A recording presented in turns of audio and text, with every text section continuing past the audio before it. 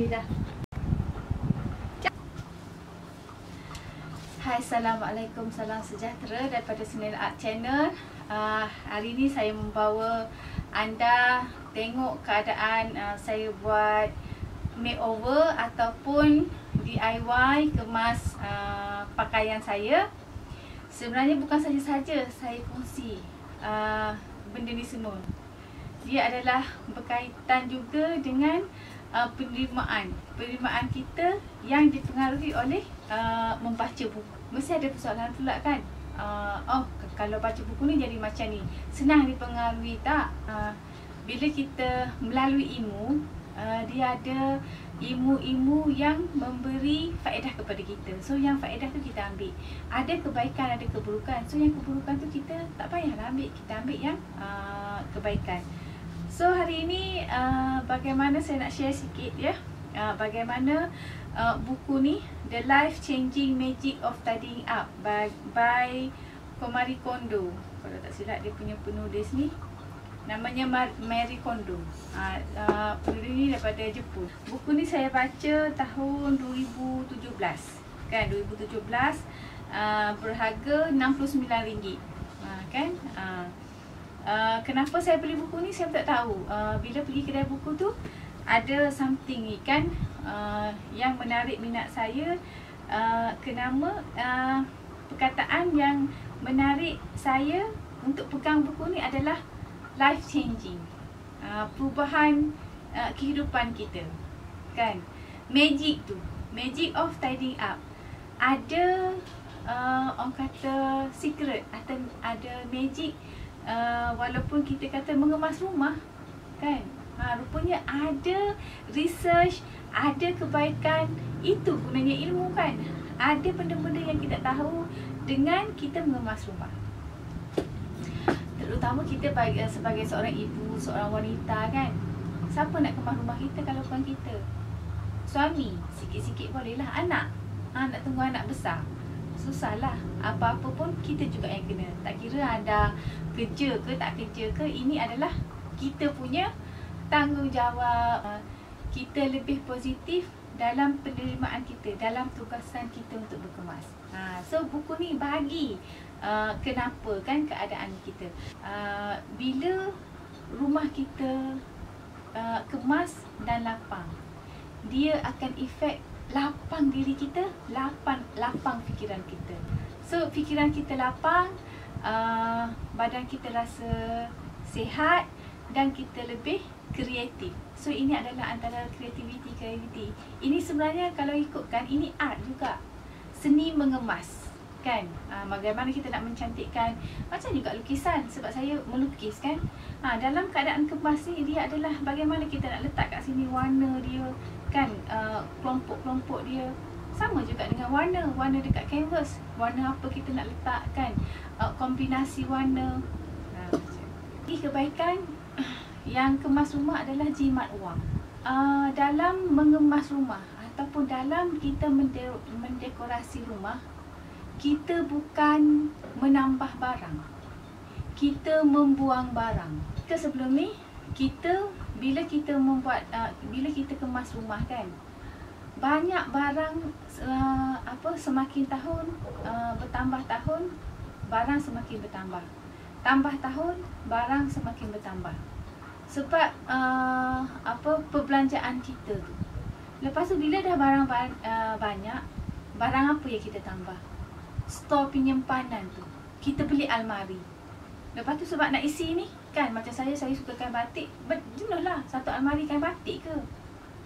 Lepas tu kalau dah penuh lagi, saya beli kain batik, saya nak beli satu lagi almari kain batik lagi ke? Macam tu. Sebab memang saya memang peminat kain batik, dan saya memang pakai hari-hari kain batik. Jadi takkanlah saya nak tambah almari, saya nak tambah kain batik. Rupanya ada cara dalam buku ni kata yang kita salah faham.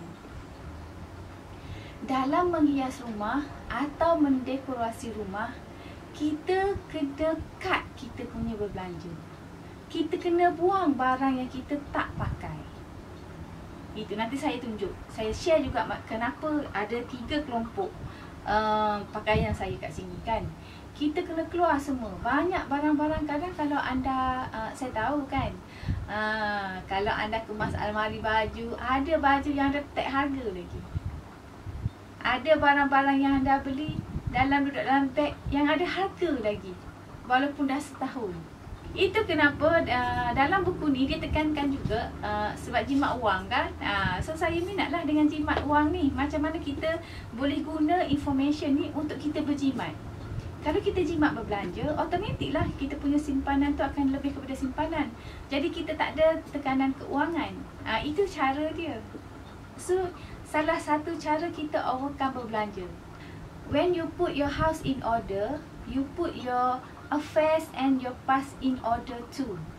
Bila kita susun rumah kita dalam keadaan yang baik kan, so kehidupan kita juga akan berada dalam keadaan yang baik. Lepas tu, people cannot change their habit without first changing their way of thinking. Ini poin yang saya nak sampaikan juga.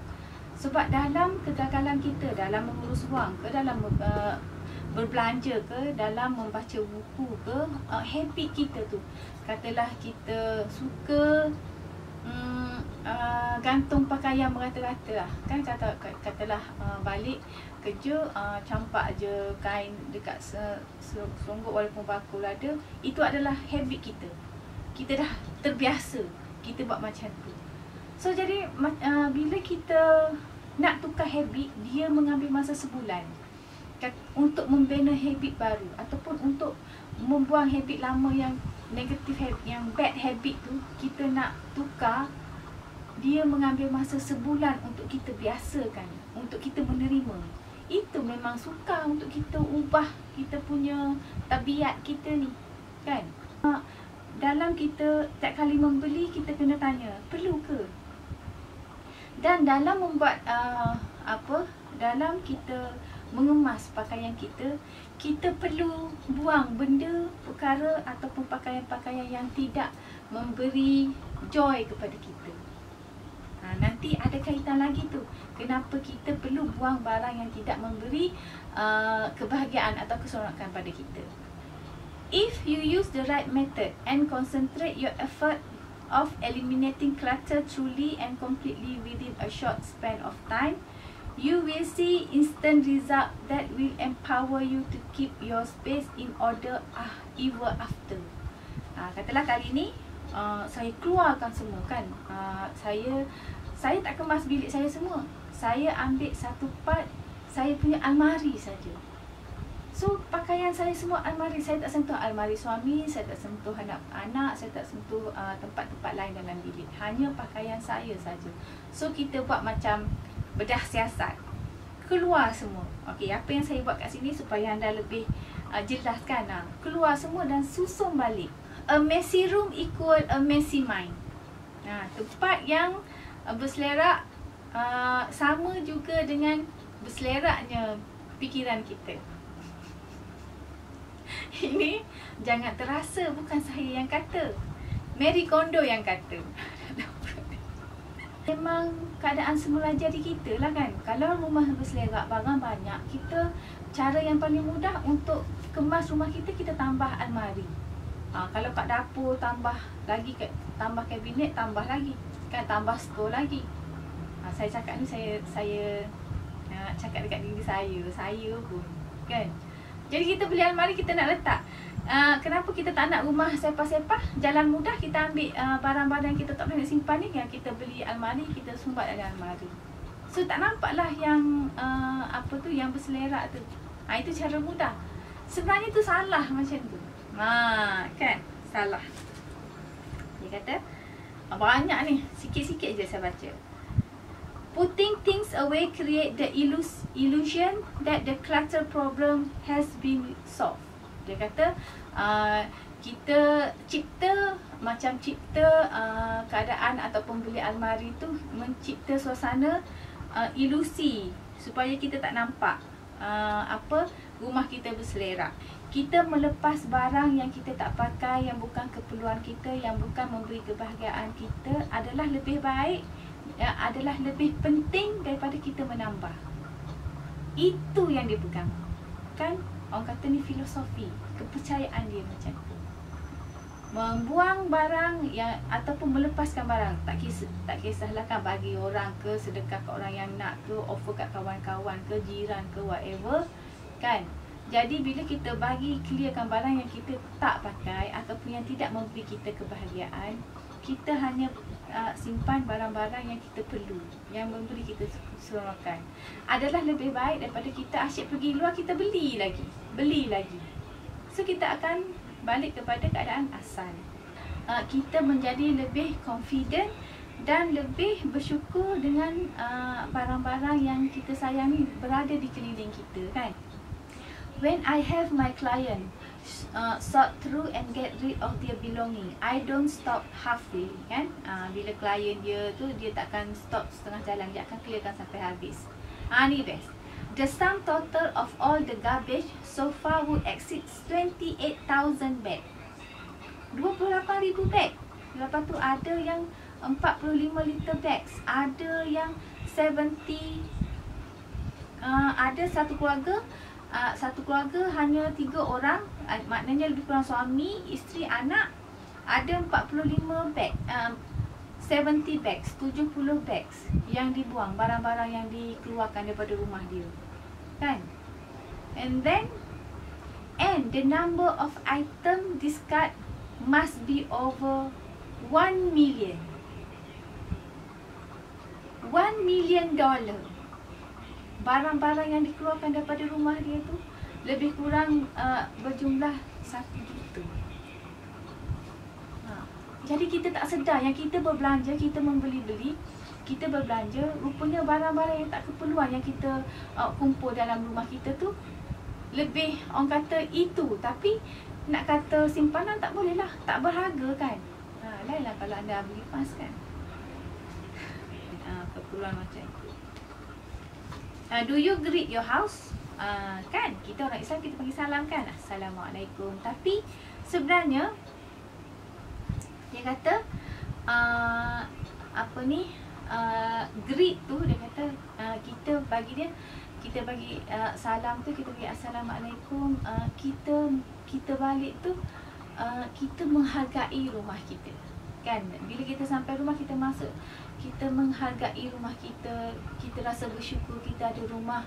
Kita kena welcome diri kita, dengan rumah tu ada, rumah kita tu kan.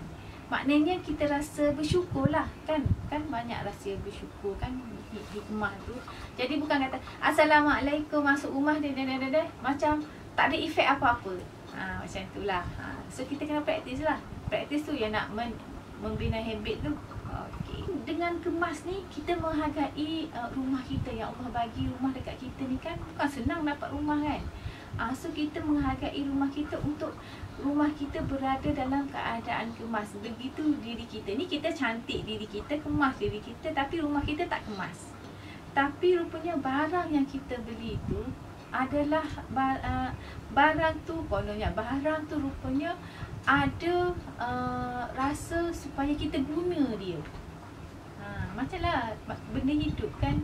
Tapi saya kita semua ni ada, kalau kita belajar the law of attraction, kita memang ada connection dengan semua barang yang berada di sekitar kita. So kalau kita simpan benda yang kita berhargai, hargai kan. So kita tengok, okay, aku beli kau ni sebab aku pakai kau kan. Kan. So aku pakai. Oh, dia rasa dihargai lah. Kan, tapi dia tak menyawa. Dia rasa dia dihargai bila kita pakai. Rupanya bila kita kemas rumah kita, kita detox rumah kita, kita keluar barang yang kita tak pakai, dia akan efek detox diri kita juga. Yang tadilah yang part yang mula-mula tadi, mind kita jadi clear. Bila mind kita clear, kita jadi kita tak ada masalah. Itulah kalau saya sebut kortisol kan, suami saya irritate saya sebut kortisol. Hormon tu. Kan bila kita dah keluarkan, bila kita dah lapang, hormon kortisol tu akan goes down dan sel kita akan lebih sihat. Bila sel kita lebih sihat, badan kita automatically akan sihat lah. So sekarang rumah kita bersih, rumah kita terletak dalam keadaan kemas, teratur. Dia detox kita punya psikologi, yang mana kita akan kurangkan kortisol dan kita akan lebih dalam keadaan relax respon tu. Kan, sebanyak-banyak kali saya sebut. Jadi bila psikologi kita dalam keadaan positif, automatik fizikal kita dalam keadaan positif juga. Berbanding dengan kita minum detox tu. Detox psikologi tu yang lebih penting. Tapi untuk kesihatan, untuk dia temporary je kalau kita minum detox yang biasa tu, untuk fizikal kita. Kita kena kita bukan tumpukan lah, kita kena lebihkan juga orang kata psikologi kita. So yang ni baju ni saya share kan, anda kena buat pembedahan terus, orang kata makeover terus, keluarkan, letak 3 kelompok. Ini mengikut buku ni lah kan, pakaian anda termasuklah benda-benda lain.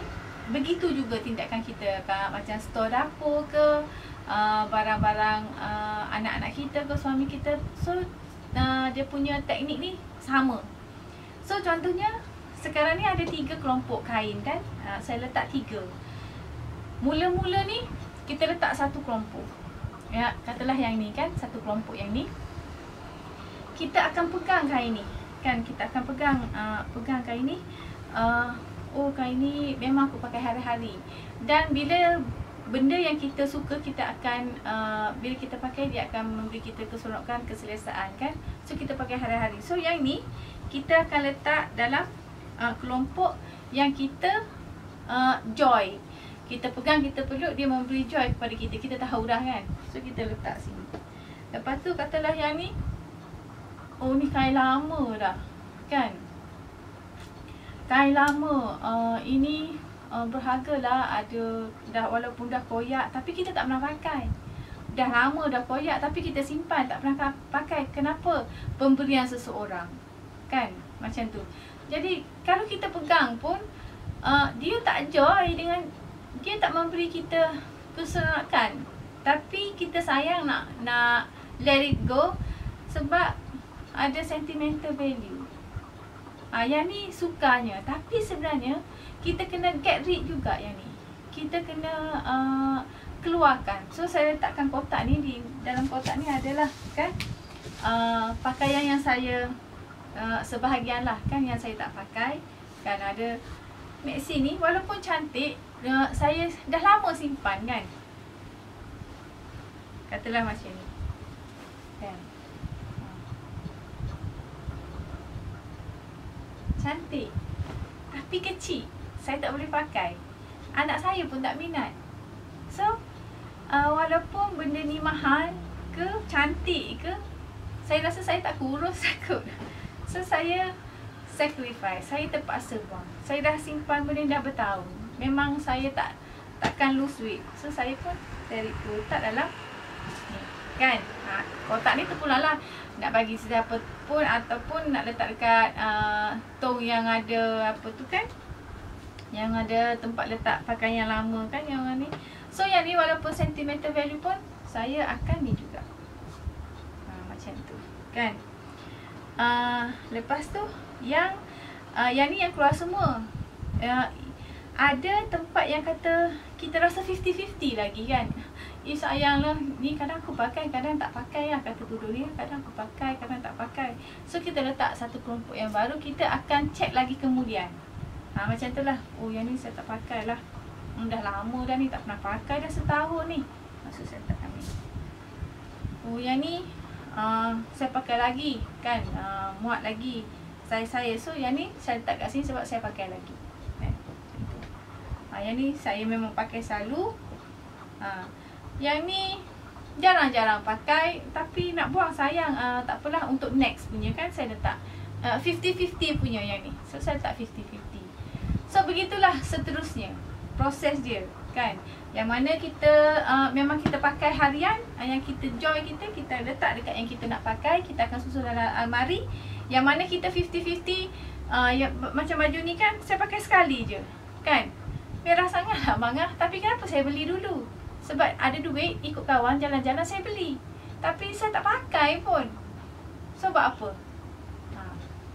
Tak pakai dah kan. Sama ada nak bagi siapa-siapa, kawan, adik-beradik, saudara-mara, tak ramai kan. Yang ni pun sama kan. Ikut kawan jalan-jalan, kawan shopping, kita pun shopping. So saya letak dalam ni juga. Tudung ni pun teman anak beli tudung, kita pun beli tudung. Nak cukup kawanan tapi tak pakai pun kan. Pun sama juga. Ini pun dah lama. Jangan pakai 50-50 dah, letak sini. So begitulah proses dia ya. Saya dah share tentang buku tu, saya dah share cara kemas dia. Boleh guna juga untuk tempat-tempat yang lain ataupun barang-barang keperluan kita yang lain.